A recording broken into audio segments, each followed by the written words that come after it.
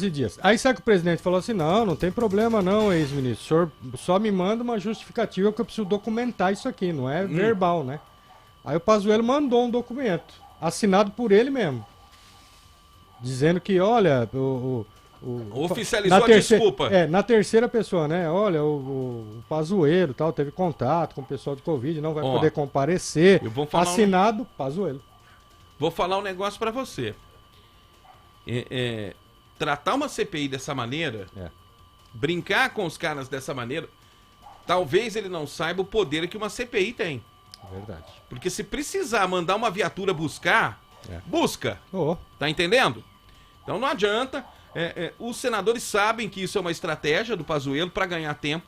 Ele tá até fazendo um treinamento, né, Samuel? Tá. Para poder se comportar lá na CPI, na hora que for perguntado. Inclusive... Coaching, é isso? Coach. Arrumaram um coach pro Pazuello, porque é o depoimento mais nitroglicerínico lá da CPI da Covid. Ontem eu estava lendo a Globo.com, um dos motivos dele não ter ido, segundo a colunista que eu estava lendo, a essa CPI, é porque ele não se saiu bem no treinamento. E ele estava com muito medo decorrente de uma por conta do pichuleco que ele disse, né? De até mesmo sair preso da CPI. Ele estava com esse medo. Corre o risco. Treinamento. Corre o risco. Se não explicar direitinho. A história do pichulé. É pichulé, né? Pichulé. Pichulé, que é o boneco lá da Avenida Paulista, que eles estavam fazendo manifestação. O pichulé é a propina, né, Nando? Isso, pichulé é uma verba. Ele deixou no ar que pediram pichulé. E vão perguntar pra ele. E os caras ficam o dia inteiro lá, hein, Nando? O Mandetta ficou o dia inteiro ontem lá. 7 horas durou. Mas vou falar um negócio pra vocês, hein? Eu esperava manchetes mais contundentes após o depoimento do Mandetta na CPI. É mais do mesmo. Ele falou mais do mesmo. Ele falou aquilo que ele já tem dito em entrevistas, etc. De que o governo Bolsonaro boicotou a ciência. Ele não falou mais nenhuma novidade falou. explosiva. Falou. Vamos ver, põe aí. O que ele falou? Põe aí. Por exemplo, que seja ele novidade, falou não que tem nada. em uma das reuniões havia um decreto em papel não timbrado, mas escrito em forma de decreto do governo pedindo para a Anvisa mudar a bula da cloroquina e incluir que a cloroquina era também efetiva ao coronavírus. Sim, mas o governo federal nunca escondeu a defesa da cloroquina. Peraí, né? Mas defender é uma coisa, sim. Agora mandar o médico escrever mentira na bula é outra. Mas ele apresentou esse documento? Não. Né? Não foi pra frente. Então não sai do campo teórico, Nando. Né? Não muda aquilo que o governo se posiciona. Só reforça essa vontade do governo em usar a cloroquina. Mas a intenção de fazer qualquer coisa, mesmo que não seja legal ou regular... Foi perguntado a ele sobre a tal reunião da Pfizer lá, em que o presidente da Pfizer ficou esperando, aquilo que o senador Cajuru denunciou. Não. Né? Não isso é sério também, porque isso tem a ver com a vacinação. A Pfizer teria oferecido vacinas em agosto para serem usadas em dezembro. E a população brasileira começou a ser vacinada 4 meses depois, né? Então, isso sim é algo que tem um peso no combate à pandemia, porque custa a vida de muita gente. Sim, claro. Bom, vamos ver o primeiro trecho aí. Ele diz que o Bolsonaro sugeriu mudança na bula de remédio não comprovado contra a Covid-19. Ex-secretários de saúde, parlamentares, que falavam publicamente, olha, essa doença não vai ter 2.000 mortos. Essa doença vai durar de 4 a 6 semanas. Havia uma construção também de pessoas que falavam absolutamente o contrário. Eu acho que, naquele momento, o presidente entendeu que aquelas outras previsões poderiam ser mais apropriadas e tinha um assessoramento paralelo. Nesse dia que havia sobre a mesa, por exemplo, um papel não timbrado de um decreto presidencial para que fosse sugerido daquela reunião que se mudasse a bula da cloroquina na Anvisa, colocando na bula a indicação de cloroquina para coronavírus. E foi, inclusive, o próprio presidente da Anvisa, Barra Torres, que estava lá, que falou isso. Não, no momento de viroses, a orientação sempre foi que você observe a virose, que você não vá imediatamente para o hospital, porque aglomera, e se você tiver lá sim um paciente positivo, ele vai contaminar na sala de espera.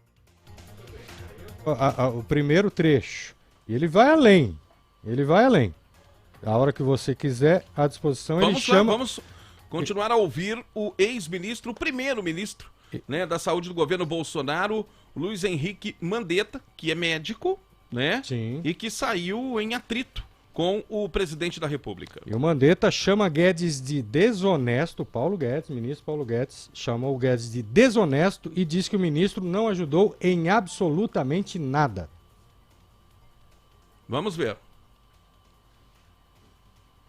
Continuando o depoimento do ex-ministro Mandetta na CPI da Covid em Brasília. Hoje é a vez do Taish. Hoje é o Taish que vai entrar no lugar do Pazuello. É o vídeo 9. Mandetta chama Guedes de desonesto e diz que o ministro não ajudou em nada. Toca. Vamos com outros trechos, então. Agora são 8 horas da manhã, 8 em ponto. Esse ministro Guedes da Economia saiu com eu vi aquilo. Um desonesto intelectualmente, uma coisa pequena. Né? Um homem pequeno para onde está. Quando eu tive na Câmara, o recurso que a Câmara falou, olha, nós temos aqui que foi votado, seria usado pelos parlamentares, nós vamos debater como fazer. E ele falou, isso aí eu consigo bem, não com vacina. As pessoas na internet, nesse mundo, tem um mundo virtual que é muito também responsável por essas coisas, sabe? Eu acho que o presidente, muita gente acha que a vida é daquele mundo virtual, se pauta por quantas likes, o que acontece ali, enquanto o vírus e a doença está no mundo real, está aqui, ó, está no mano a mano. E esse ministro, ele não só olhar o calendário e falar, puxa, enquanto ele estava lá, nem vacina, sendo já deu dinheiro, agora se virem lá e vamos tocar a economia, talvez tenha sido uma das vozes quem tem influenciado o presidente. Pegou pesado aí e nessa mesma linha de raciocínio... de desonesto. Intelectualmente. Né? E ainda sugerindo que o presidente Bolsonaro governa aconselhado paralelamente, ignora os ministros e ouve outras pessoas.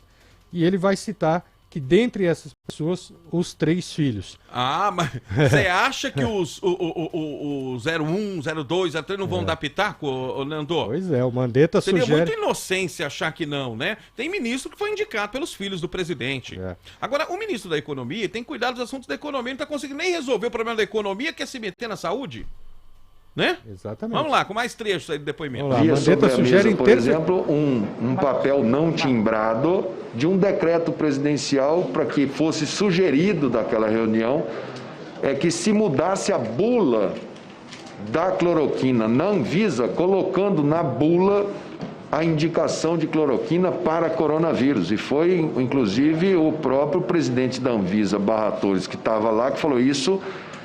Não, o ministro Jorge Ramos falou, não, isso daqui não é nada da lavra daqui, isso é uma sugestão, mas é uma sugestão de alguém pensou, se deu ao trabalho de botar aquilo num formato de decreto. Eu era dependente de insumos que estavam na China, insumos que eu tinha que trazer para dentro do Brasil. O outro filho do presidente, que é deputado, Eduardo, ele tinha rotas de colisão com a China, disse a eles, olha, eu preciso conversar com o embaixador da China, eu preciso que ele nos ajude. Pedi uma reunião com ele. Posso trazer aqui? Não, aqui não. Esse ministro Guedes da Economia saiu consigo, eu vi aquilo.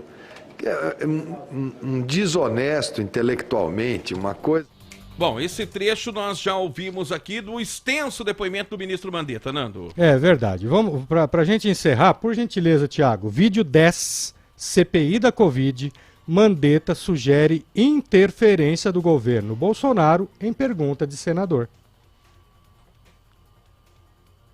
Olha, quando a gente tem uma doença viral, você tem alguns princípios. Os princípios primeiros temos vacina? Não temos. Temos medicamento retroviral? Não temos.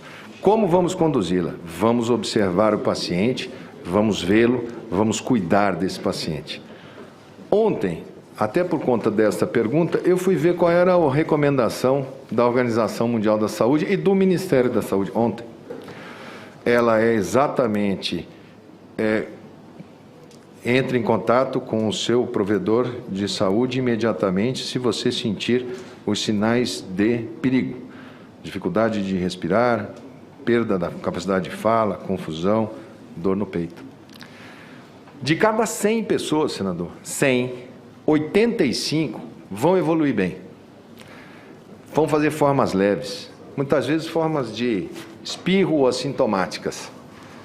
E vão sair tomando chá, vão sair da maneira como a gente se trata. 15% vão ter algum grau de complicação. Desses 15%, você vai ter um número aproximadamente de 90% que vai ser forma moderada, não vai precisar entubar. E 5% vai evoluir para intubação, com o medicamento ou sem o medicamento. Nós construímos toda uma lógica de atendimento que era aumentar a porta de entrada da atenção primária, abrir as unidades de saúde até meia-noite, inclusive em cidades pequenas, trazer a telemedicina para que todos pudessem ter um aconselhamento médico ou de um enfermeiro de nível superior, monitorar todos esses pacientes com ligações diárias. Agora, quando se criou essa narrativa, ela é uma narrativa muito interessante de internet. Eu percebi essa narrativa vindo, ela é repetida, quando ela sobe nos trend top, depois ela baixa, normalmente ela flutua. Eu vejo ela como uma guerra de narrativa, sabe? Uma guerra de narrativa de quem só fez por ciência.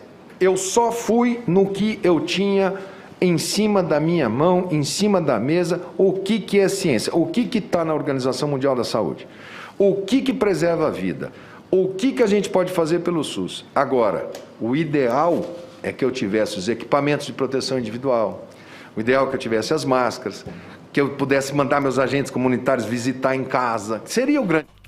Ô, Nando, tudo isso aí continua com a mesma opinião. O Mandetta já falou nas entrevistas, em seus posicionamentos. Eu achei que o depoimento do Mandetta ele foi muito politicão ali, tá entendendo? Muito politicão. Não soltou nenhuma bomba, né? Pra quem esperava uma bomba, saiu um traque do ex-ministro Mandetta no depoimento. Aliás, nas análises em Brasília, né? Os analistas políticos estão dizendo o seguinte, né? Que no primeiro depoimento da CPI, o ex-ministro da Saúde, Mandetta, apresentou elementos que deixam expressas, mais uma vez, omissões do presidente Bolsonaro diante de alertas sobre a gravidade da pandemia. Isso todo mundo já sabe, né? Até porque o governo federal está correndo atrás agora por causa dessas omissões, inclusive com a vacina. Ao mesmo tempo, no entanto, Mandetta buscou escapar de possíveis críticas à sua gestão, como não ter atingido metas iniciais de ampliar leitos de UTI e não ter implementado, na contramão de recomendações internacionais, que é uma política de testagem mais ampla ainda em curto prazo. Quer dizer, não adianta o Mandetta também só apontar o dedo, porque ele está dentro do processo. Também, O Mandetta está dentro do processo. Eu me lembro que eu estava em Brasília, isso foi em fevereiro do ano passado. Estive numa audiência em Brasília com o ex-ministro Mandetta, porque há reserva de recursos para a construção de um hospital para diabéticos aqui na região, né? E estava numa reunião com o senador Jorge Cajuru, o deputado federal Baleia Rossi e o ministro Mandetta. E ele, todo o tempo, recebia telefonemas que falavam, né, assuntos relacionados, que traziam assuntos relacionados à pandemia no mundo. Antes do carnaval foi em março do ano passado, não é isso? Isso. Antes do carnaval, que é apontado como um dos principais vetores da Covid-19. Então, o Mandetta, é óbvio que estava tudo ainda começando, era um cenário incerto, mas, né, de grande dificuldade que viria. Então ele também é parte do processo. Claro, não adianta só apontar o dedo. Claro. Muitas decisões passaram por ele, ele esteve no cargo. E o Mandetta é político, foi deputado federal, tem pretensões políticas, obviamente, para o ano que vem. E o que acontecia na gestão Mandetta, Nando? Todo dia era coletivo, igual o Dória aqui, não é isso? Tá lembrado? Tô. Tá lembrado? Todo dia era coletiva Coletiva, coletiva, coletiva, coletiva. Os caras queriam aparecer mais que a doença. Né? Então ele também é parte do processo.